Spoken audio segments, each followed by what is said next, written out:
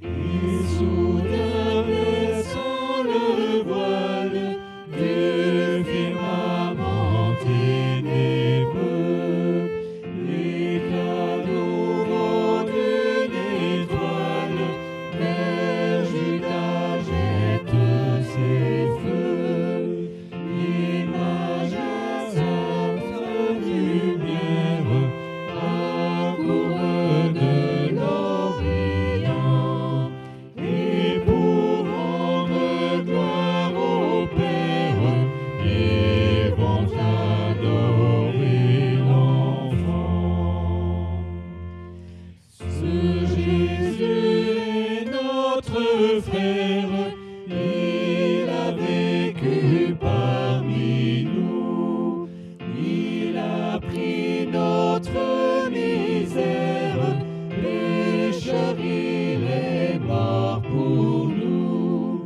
Sa charité nous enlace, il veut régner sur nos cœurs.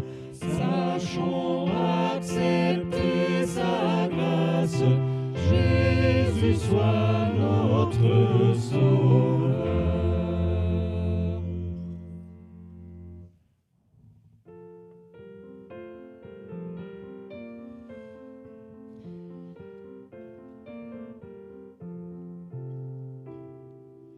Il est né le divin enfant, joué au bois, résonner musette.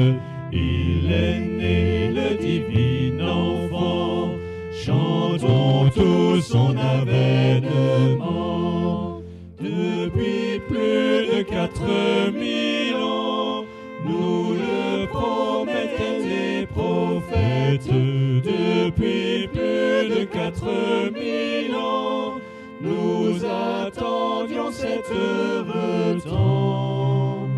Il est né le divin enfant, joué au bois, résonner musette. Il est né le divin enfant, chantons tous son avènement. Ah, qu'il est beau, qu'il est charmant, que ses grâces sont parfaites. Ah, qu'il est beau, qu'il est charmant, qu'il est doux le divin enfant.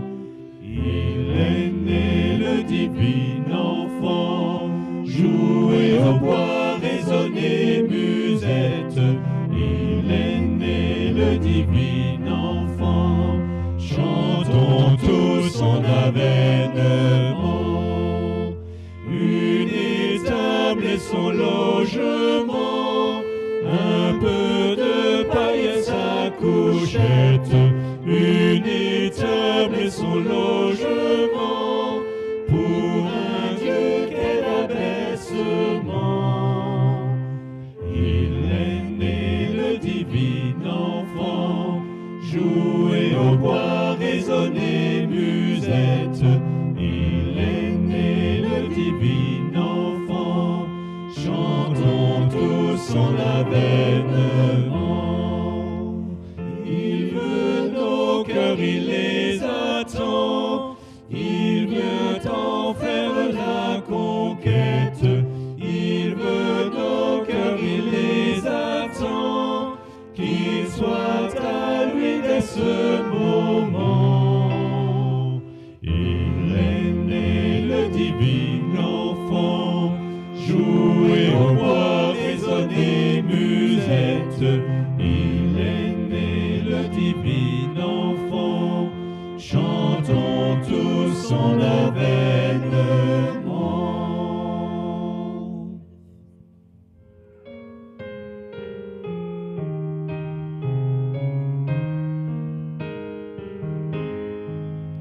Salut, blanche étoile, au plus haut du ciel,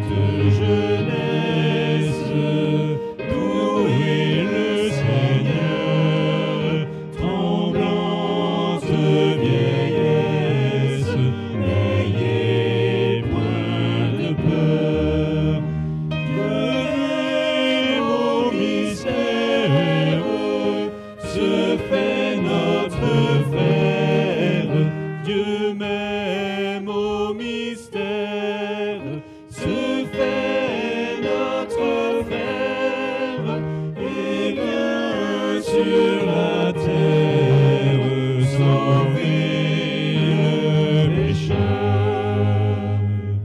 Le Fils adorable, lui le roi des rois, et dans une étable meurt sur une croix.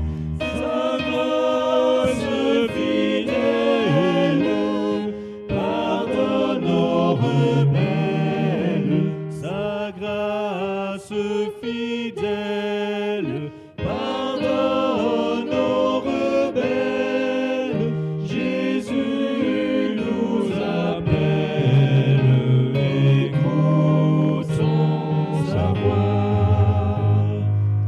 Salut, blanche étoile, au plus haut du ciel, rayonne sans voile, splendeur de Noël. Pour l'âme qui t'aime, ta clarté suprême. Pour l'âme qui t'aime, ta clarté suprême et le doux emblème du jour éternel.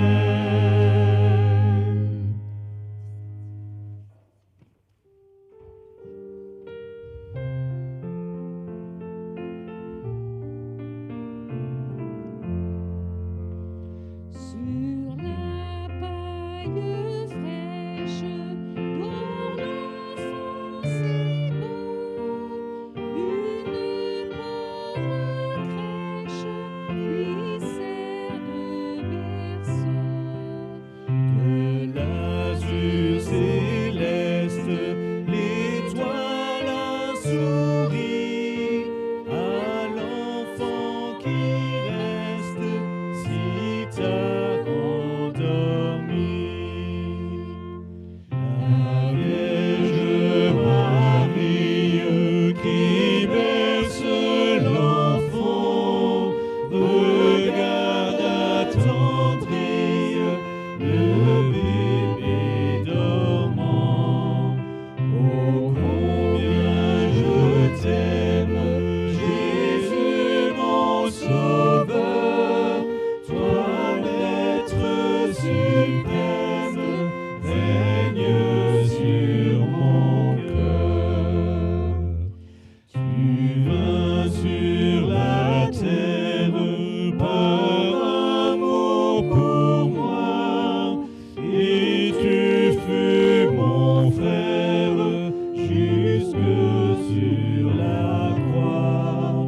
Pour toi ma prière chante mon amour, que dans ta lumière je vive toujours.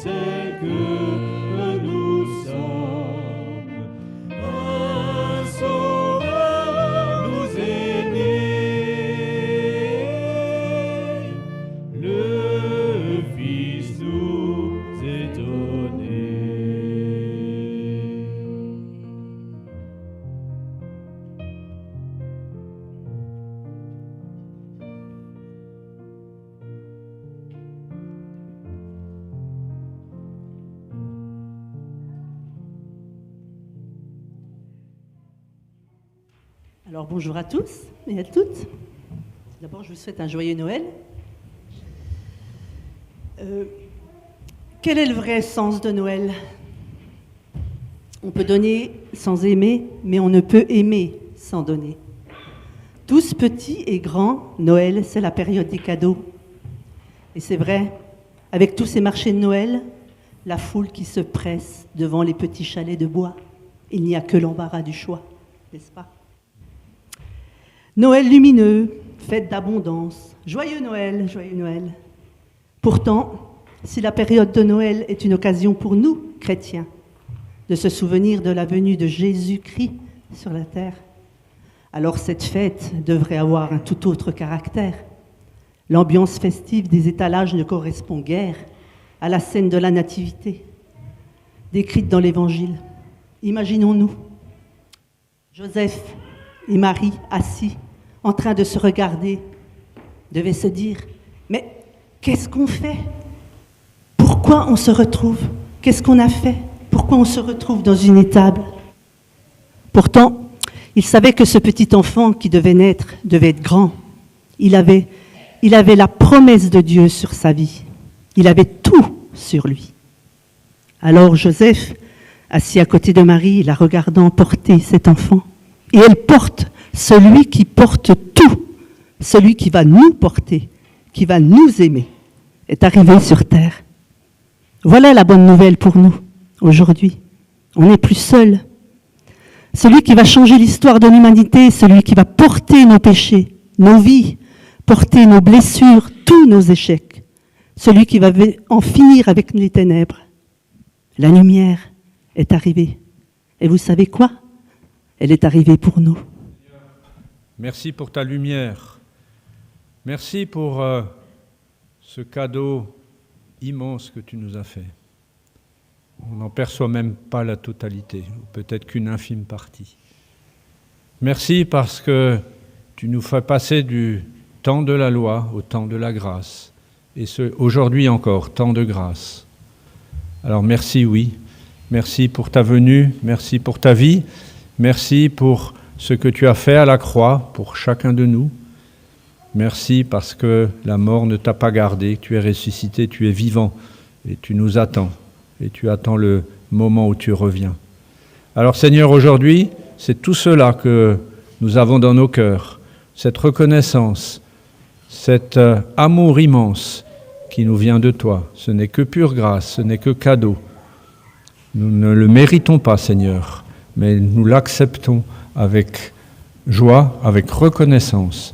Merci d'être notre Seigneur, notre Dieu. Alors nous te prions maintenant pour chaque personne ici présente, mais aussi celles qui n'ont pas pu venir. Tu sais où chacun se situe. Je te prie tout particulièrement pour les personnes seules, les personnes qui passent par des difficultés plus ou moins grandes, qui sont touchées dans leur santé ou dans leur âme, alors que tu les entoures tout spécialement et que nous aussi, nous puissions être de ceux qui les entourent. Nous voulons penser à tous les endroits de la terre où il y a de la détresse, où il y a de la guerre, où il y a eu des catastrophes naturelles. Alors Seigneur, réconforte et montre-nous aussi ce que nous pouvons faire pour aider, pour soulager, pour permettre à nouveau de regarder vers l'avant. Merci pour ta présence parmi nous maintenant. Merci de nous accompagner, d'être là pendant ce culte que nous voulons à ta gloire, Seigneur. Au nom de Jésus. Amen.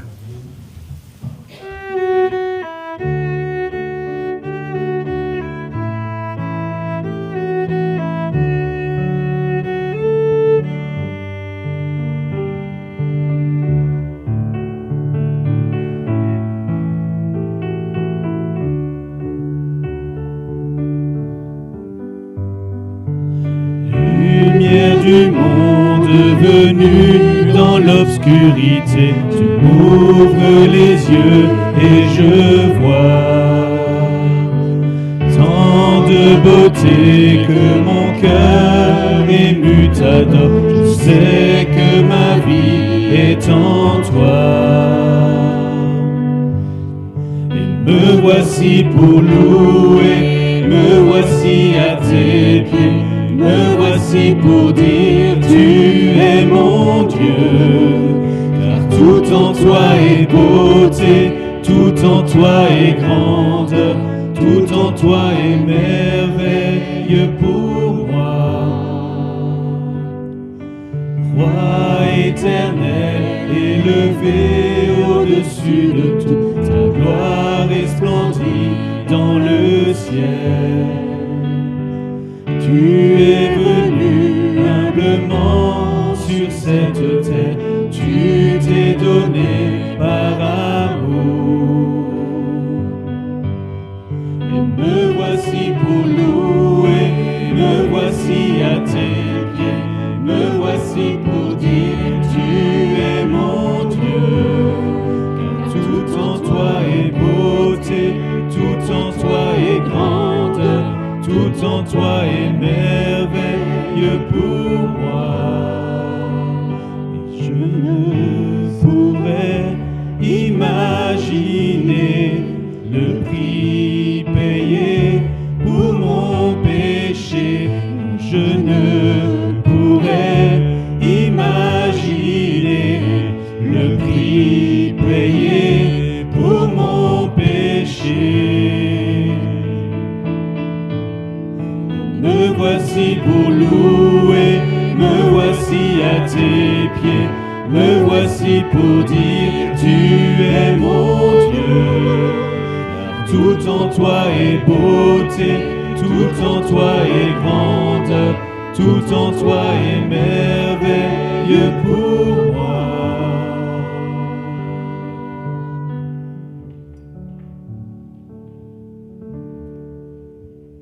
Il est un Dieu qui voudrait un enfant, il est une mère qui attend humblement. Et si du ciel descendait un ange pour annoncer que d'une mère naîtrait cet enfant, que de Dieu il viendrait pour les vivants, et que l'Esprit en lui régnerait en annonçant.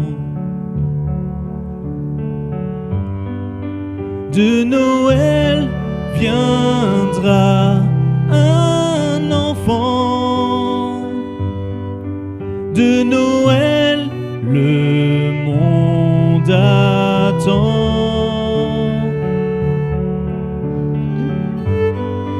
De Noël viendra un enfant, de Noël le monde attend. Il est un Dieu qui pour nous se donna, il est un enfant qui sur terre régnera. Dans une crèche, le mystère est né pour révéler que dans le Père nos vies seront ancrées, que le Fils prendrait sur lui nos péchés. C'est le mystère que l'ange a porté en révélant.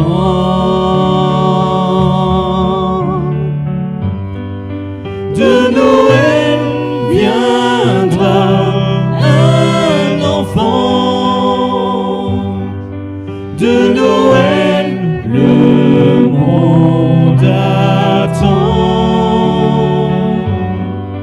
De Noël viendra un enfant, de Noël le monde attend. Si un enfant était choisi pour la terre, si cet enfant venait vivre pour toi, si un enfant venait de Dieu sur la terre, son nom serait Emmanuel. Si un enfant était choisi pour la terre, si cet enfant venait vivre pour toi, si un enfant venait de Dieu pour la terre, son nom serait Emmanuel. Si un enfant était choisi sur la terre, si un enfant venait vivre pour toi, si un enfant venait de Dieu pour la terre, son nom serait Emmanuel.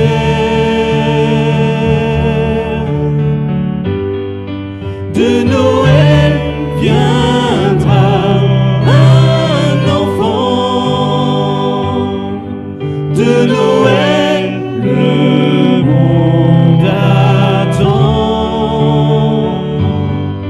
De Noël viendra un enfant.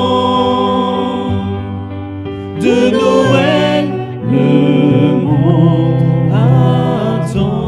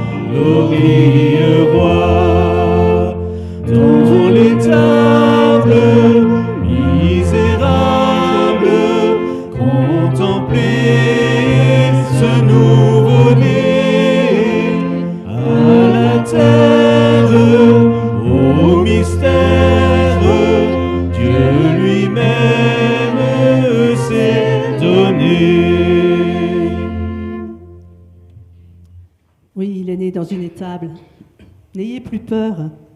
Quoi que vous viviez en ce moment, peut-être que vous êtes seul, peut-être que vous auriez aimé célébrer Noël différemment.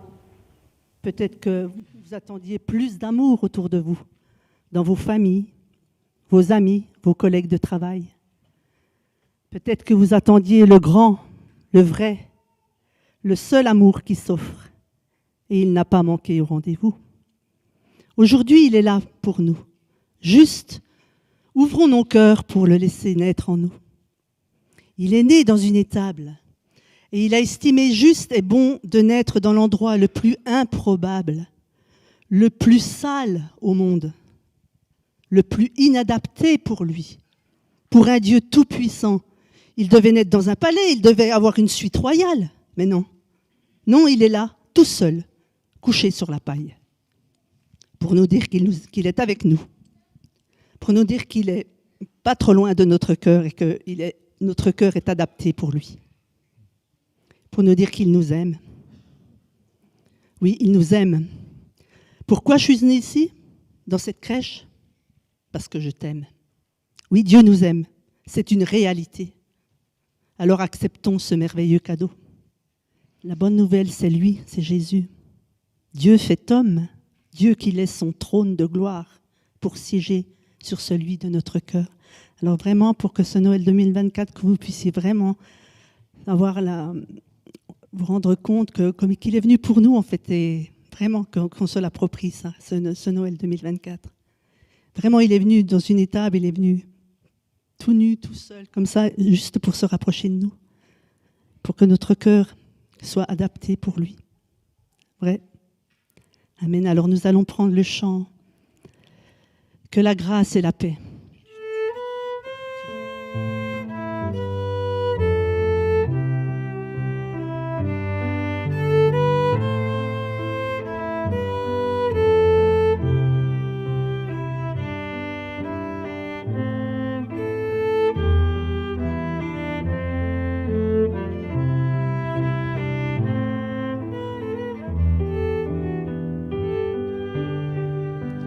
Que la grâce et la paix du Seigneur soient déposées sur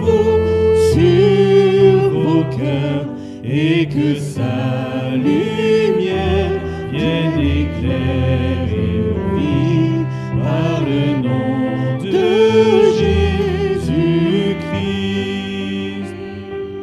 Que la grâce et la paix du Seigneur soient déposées sur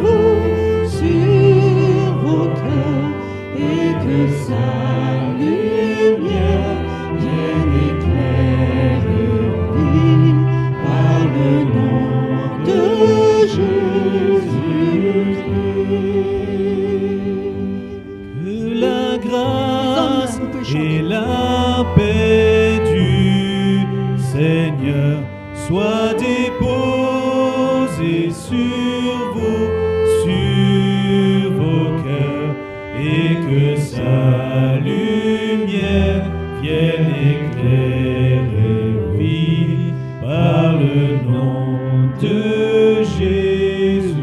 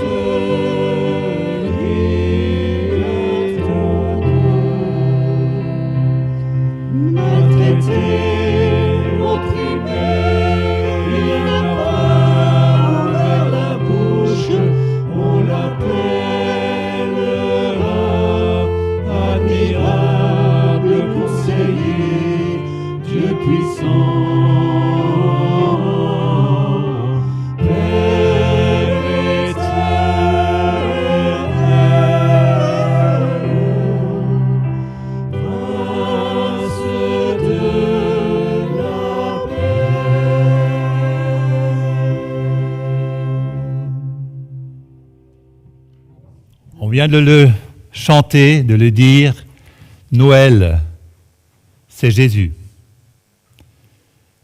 Et j'ai pensé attacher cette ligne qui représente quelque part un calendrier, car si on place Ici,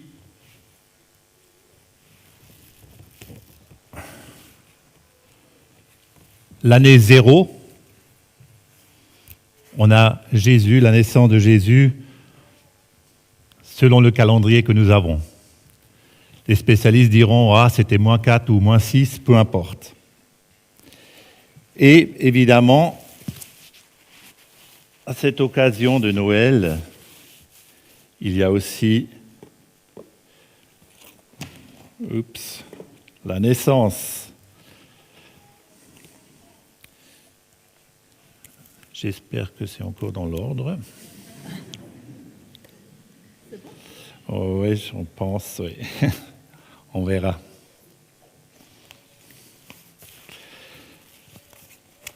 Évidemment, maintenant, je n'ai pas fait le savant calcul. Les segments, ça doit être... Il y a des mathématiciens parmi vous pour me dire où placer Noël 24 ?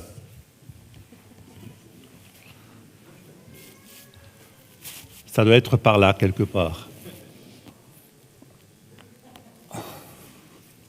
Voilà. Donc cette ligne, elle a commencé bien au-delà de la fin de cette ligne et elle continuera vers là, vers l'éternité. Nous allons y revenir. Oups.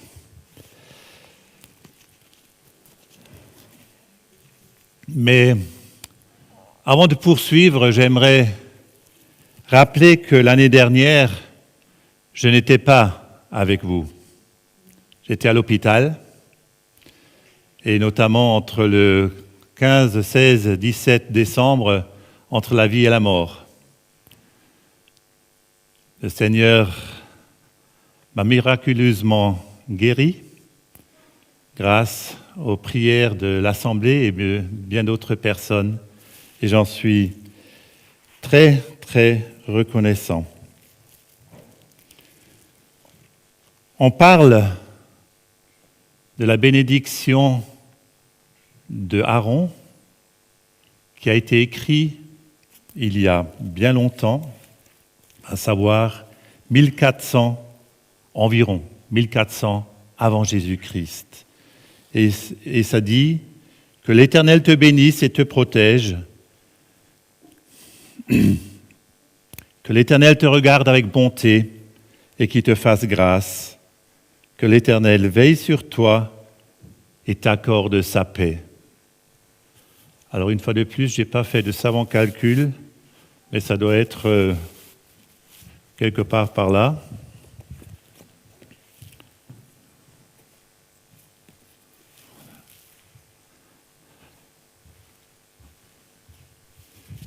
Et pour que vous puissiez aussi le lire,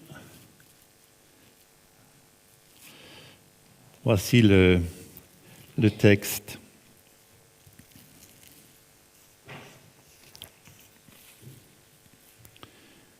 Et on rajoute souvent un texte de Philippiens qui dit « Et la paix de Dieu, qui surpasse toute intelligence, gardera vos cœurs et vos pensées en Jésus-Christ. »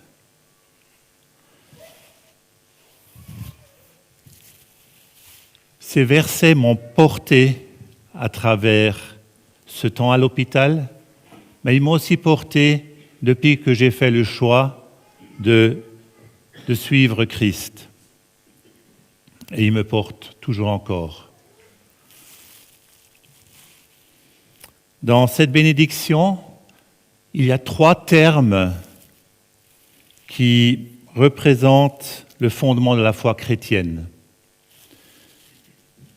Il y a le terme bonté, qui englobe amour et compassion.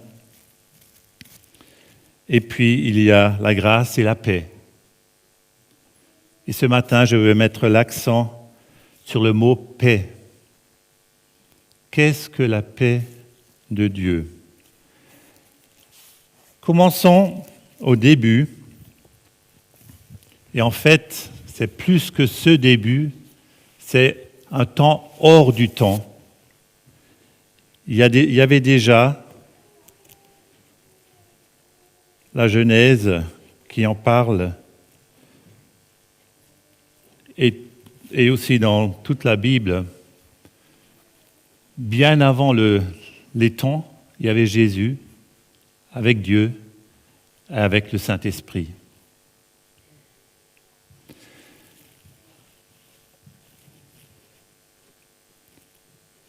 Il y avait cette Trinité et des myriades d'anges qui, à un moment donné, ont dit « Faisons l'homme à notre image ». Et quand Adam et Ève ont été créés, c'était pour vivre éternellement.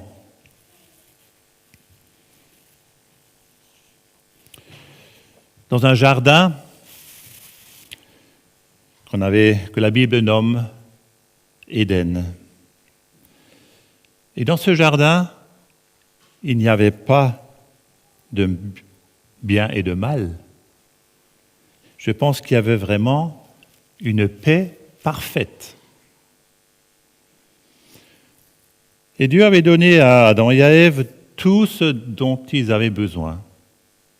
La nourriture, ils étaient accompagnés par des bêtes, plein d'animaux. Et ils ont aussi eu le mandat de s'occuper de ce jardin. Et un jour, ils se sont dit, pourquoi ne pas faire connaissance du bien et du mal? Et ils ont mangé un fruit spécial d'un certain arbre. Et après cela, Adam et Ève ont ressenti de la honte, car ils ont désobéi à Dieu. Dieu les a aimés malgré tout, mais il a dû les envoyer hors du jardin d'Éden. Aujourd'hui, la paix de Dieu est toujours possible. C'est une tranquillité intérieure et profonde, basée sur la confiance de Dieu. Et depuis cette désobéissance, nous lisons dans l'Ancien Testament, qui a été écrit sur une période de 1000 ans là, que parfois les gens étaient proches de Dieu, ils étaient dans l'obéissance, et puis ils étaient de nouveau dans la désobéissance. Il y avait un va-et-vient continuel. La Bible dit que les humains étaient sous le régime de la loi, qui comprenait 10 commandements et bien d'autres. Et avec Jésus, les choses changent. Dans l'Ancien Testament, on estime qu'il y a plus de 300 prophéties qui annoncent la venue de Jésus.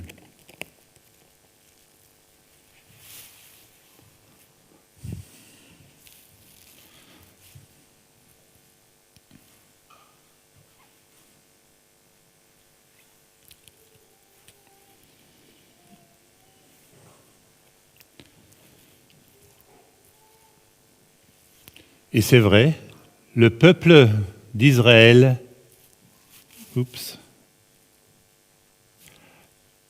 le peuple d'Israël attendait un roi libérateur.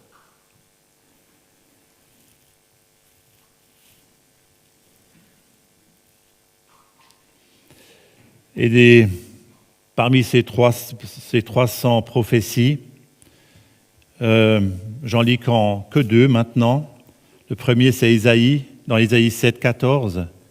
C'est pourquoi le Seigneur vous donnera lui-même un signe. Voici la jeune fille sera enceinte et elle enfantera un fils et elle lui donnera le nom d'Emmanuel. Et dans Isaïe 9, 5 et 6a, car pour nous un enfant est né, un fils nous est donné.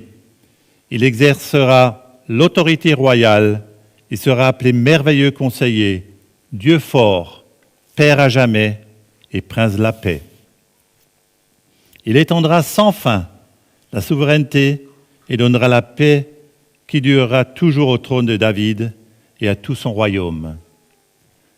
Sa royauté sera solidement fondée sur le droit et sur la justice. dès à présent et pour l'éternité. Voilà ce que fera le Seigneur des armées célestes dans son ardent amour. Donc là, on doit se trouver quelque part à moins 720. Isaïe a été écrit entre 740 et 700.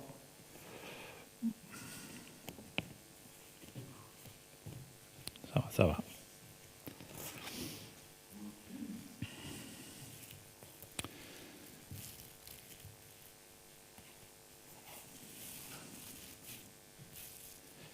Et nous allons maintenant lire et entendre la lecture du récit de Noël, un condensé de ce que nous savons par Matthieu et par Luc, et c'est Elijah qui va nous le lire.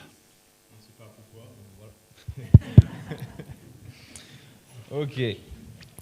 Dans Matthieu et dans Luc, l'ange Gabriel apparaît à Marie pour lui annoncer qu'elle donnera naissance à un fils, Jésus, conçu par le Saint-Esprit. Un autre ange apparaît à Joseph en rêve pour lui expliquer que Marie, sa fiancée, attend un enfant par l'Esprit de Dieu et qu'il doit l'épouser. Joseph et Marie voyageaient de Nazareth à Bethléem, la ville d'origine de Joseph, car il est de la descendance de David. Marie accouche dans une humble étable, car il n'y avait pas de place dans l'auberge. Des anges et bergers pour leur annoncer la naissance de Sauveur. Et les bergers se rendent ensuite à l'étable pour adorer l'enfant Jésus. Il y a aussi des mages venus d'Orient, guidés par une étoile, pour rendre hommage au bébé. Ils apportent à Jésus des cadeaux d'or, d'encens et de myrrhe.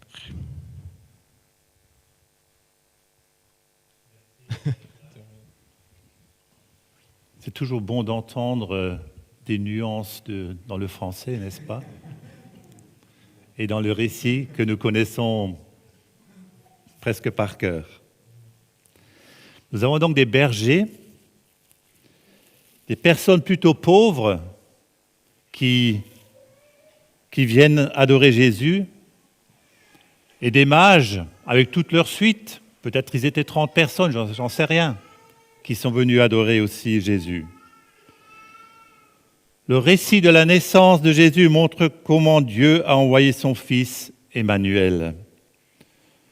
Une naissance, pas dans un palais somptueux, mais dans une étable. Un Dieu avec nous qui se montre le plus simplement possible par un bébé pour être pleinement homme. Et là, nous avons un mystère. Nous avons un bébé pleinement homme qui aura mal aux dents,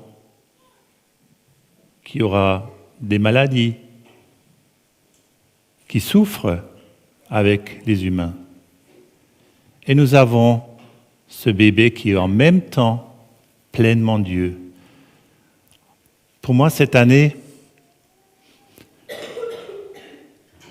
pensons à cette situation d'être pleinement homme et pleinement Dieu et d'avoir un bébé modestement dans une étable, ça m'a beaucoup touché. Et ce n'est pas la façon dont Israël avait pensé accueillir un roi.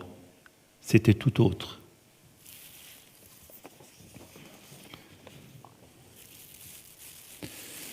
Jésus va grandir comme un enfant, puis passera par des transformations de l'adolescence pour devenir un adulte. Enfant, rapidement, il a été un réfugié. Il a dû partir en Égypte pour échapper à la colère du roi Hérode, qui ordonne la mort de tous les enfants qui sont nés de moins de 2 ans à Bethléem. Et c'est seulement après la mort d'Hérode que la famille retourne et s'installe à Nazareth. Et en pensant à ça, je me suis dit, Jésus a appris l'araméen par ses parents. Il a dû apprendre l'égyptien en Égypte. Il a appris l'hébreu, car toujours utilisé pour lire l'Ancien Testament. Probablement il savait le grec, car c'était la langue de l'administration et des affaires du temps des Romains. Et aussi le latin, car il avait affaire avec les Romains. Donc 5 langues. Connaître plusieurs langues comme Jésus nous ouvre l'esprit pour comprendre d'autres cultures. Et c'est vraiment extraordinaire comment Jésus, tout au long de sa vie, a abordé toutes les cultures qui étaient autour de lui. Retenons donc le nom Emmanuel comme premier point et voyons de suite le deuxième point. Dans Galates 4, nous lisons « Mais lorsque le moment fixé par Dieu est arrivé, il envoya son Fils né d'une femme et placé par sa naissance sous le régime de la loi. » On en a déjà parlé. Le régime de la loi, c'est tout ce que nous avons appris par l'Ancien Testament. Et Jésus ne va pas abolir cette loi, mais il va l'accomplir. Jésus va mener l'enseignement à son but ultime, tout d'abord en le vivant parfaitement et ensuite en l'expliquant avec autorité. Mais restons encore à la naissance. Je reprends Galates 4, verset 4.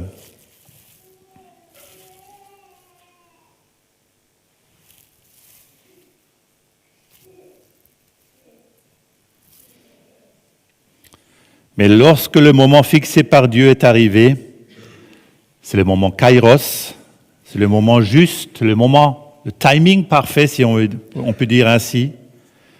C'est pour décrire les moments où Dieu intervient directement dans le temps humain.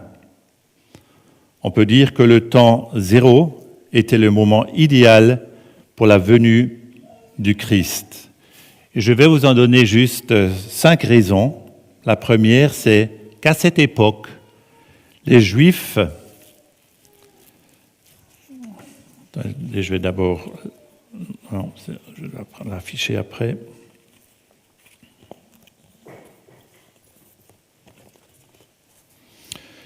Espéraient fortement que Dieu enverrait le Messie, un sauveur, et la domination des Romains les rendait encore plus impatients.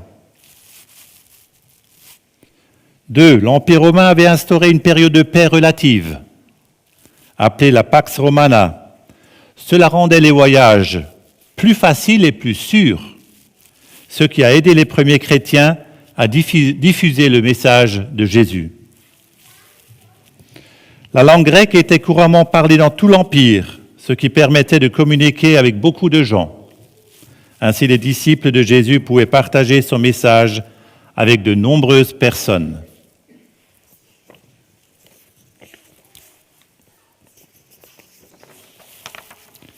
Quatre, beaucoup de gens de cette époque se détournaient des idoles et étaient en quête de réponses spirituelles plus profondes. Cela les rendait ouverts au message de Jésus.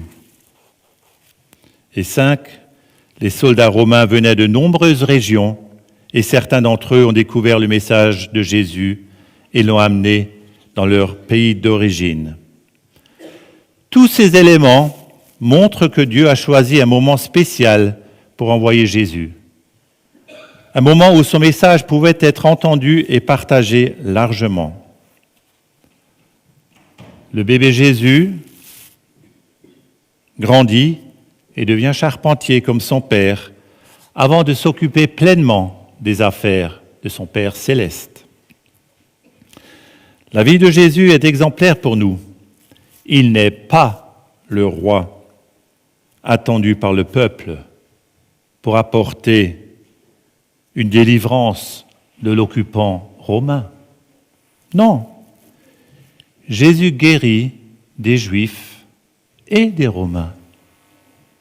Jésus paye les impôts religieux et il dit de payer ceux de l'occupant romain.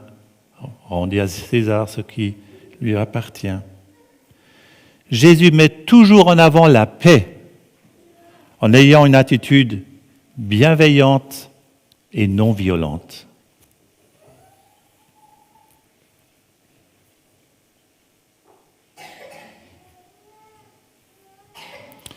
Nous voulons donc retenir ce deuxième point, le temps kairos, comme quoi Jésus est venu au temps fixé par Dieu.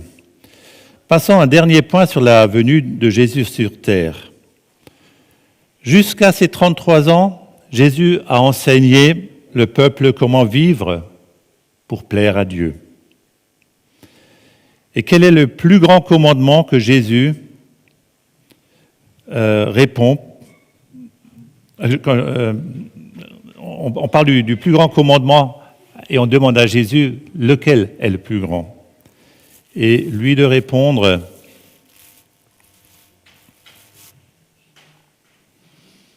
tu aimeras donc le Seigneur ton Dieu de tout ton cœur, de toute ton âme, de toute ta pensée et de toute ton énergie. Et voici celui qui vient en second rang, tu aimeras ton prochain comme toi-même.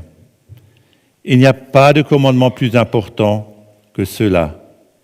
Cet enseignement résume toute la loi et les prophètes. Mais Jésus va encore plus loin. Il dit, aimez vos ennemis et priez pour ceux qui vous persécutent. Je trouve que c'est comme encore un niveau plus haut. Et il dit aussi, tout ce que vous voulez que les hommes fassent pour vous, faites-le de même pour eux. L'application de ces trois passages, c'est l'amour de Dieu qui nous a aimés en premier. Et je pense que l'application de ces versets, c'est vivre la paix de Dieu. Car les appliquer, c'est aussi être dans l'amour de Dieu qui nous promet une vie éternelle une fois que nous ne serons plus ici sur terre. Dieu nous a donné Jésus comme un cadeau inestimable. Les évangiles donnent son enseignement avec cette invitation spéciale pour être avec lui pour toujours. Et la meilleure partie,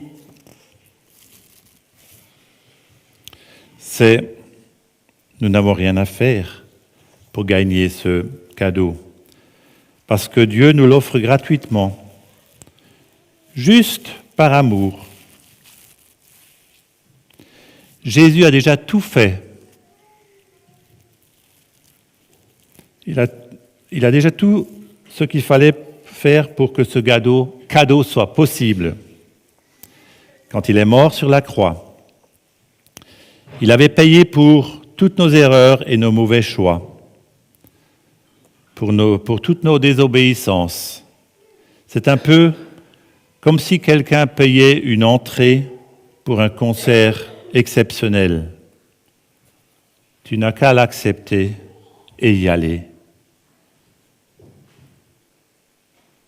Il y a quelques semaines, Denis Oberly a demandé le baptême pour exprimer qu'il aime Dieu.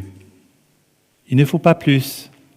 Accepter Jésus comme Sauveur et Seigneur et vivre la paix de Dieu. Retenons donc ces 3 points. Jésus est Emmanuel, Dieu avec nous. Il est venu au temps Kairos et il nous a enseigné l'amour. Et j'ai oublié de les accrocher, ce que je vais faire maintenant encore.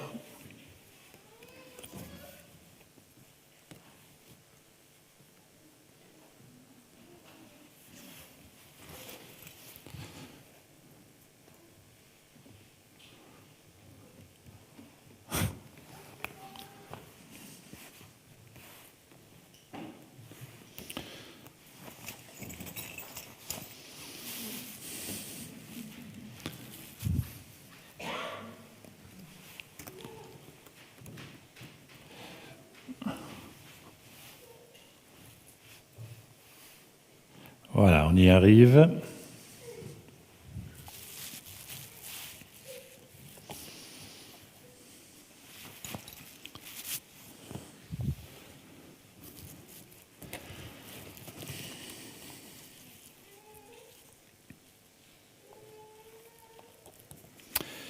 Depuis que Jésus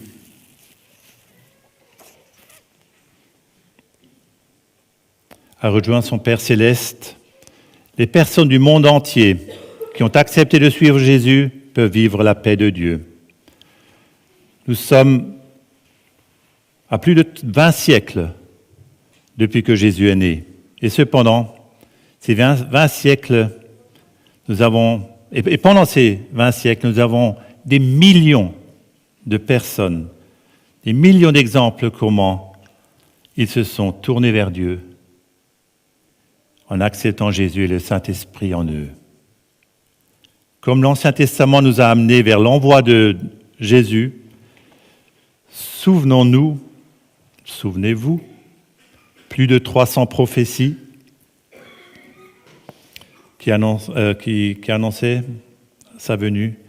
Nous savons par Jésus lui-même, dans les évangiles et par les auteurs du Nouveau Testament, qu'il reviendra un jour. Et là, je vais vous lire qu'un passage qui rappelle son retour dans Marc 13, 27. Alors on verra le Fils de l'homme venir sur les nuées avec une grande puissance et avec gloire. Il enverra ses anges et rassemblera ses élus des 4 coins du monde, de l'extrémité de la terre jusqu'à l'extrémité du ciel. Ce retour, on ne sait pas quand il aura lieu. Ça peut être demain comme ça peut être dans 1000 ans ou plus.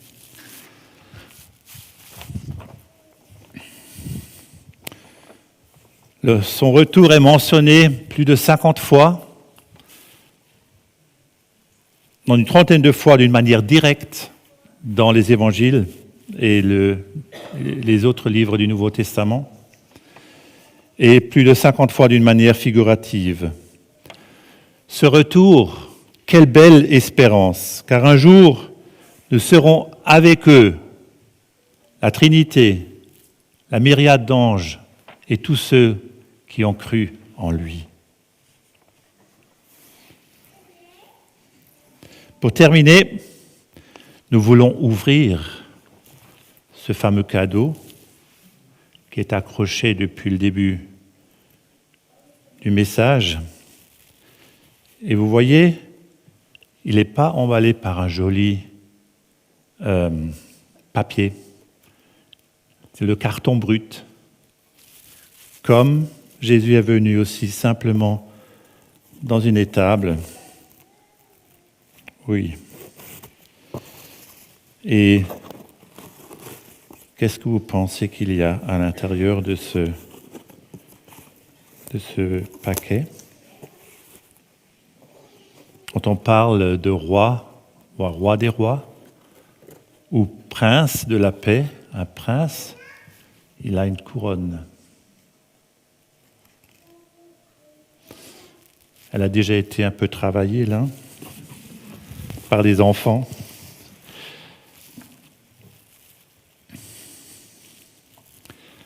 C'est avec cette image de la couronne que nous voulons terminer et prier pour penser à ce Noël 2024. Seigneur, merci, comme nous l'avons déjà exprimé par les chants et les prières avant, d'être venu nous rejoindre dans nos circonstances que nous vivons chacun. Nous sommes ébahis de savoir que Dieu était avec nous il y a 2000 ans, que Dieu est toujours encore avec nous, comme tu l'as dit toi-même avant de rejoindre le Père céleste. Jusqu'à la fin des temps, tu seras avec nous. Merci de pouvoir célébrer ta venue en ce jour. Amen.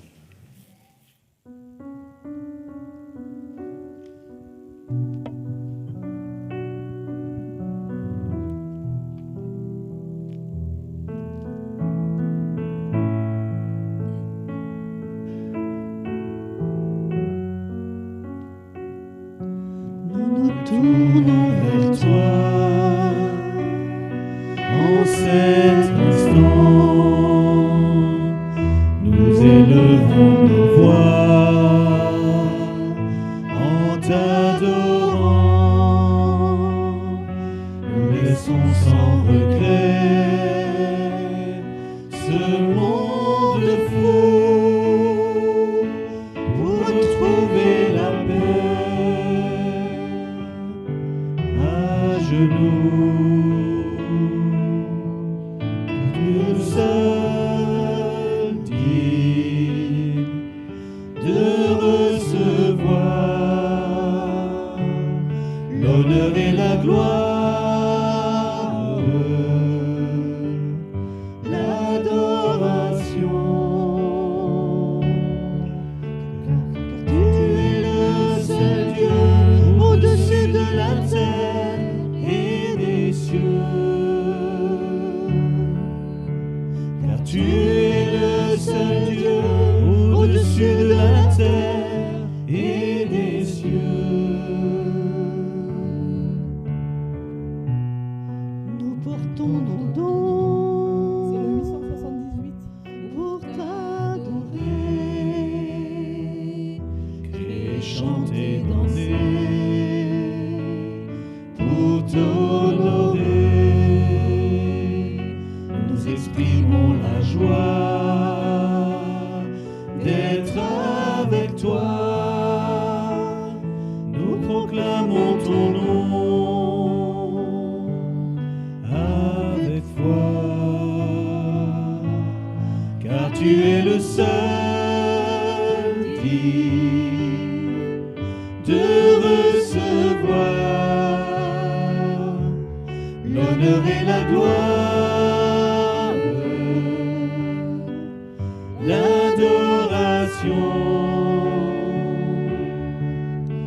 Car tu es le seul Dieu au-dessus de la terre et des cieux. Car tu es le seul Dieu au-dessus de la terre et des cieux. Nous tournons vers toi en cet instant. Nous élevons nos voix en t'adorant. Nous laissons sans regret ce monde fou pour retrouver la paix à genoux.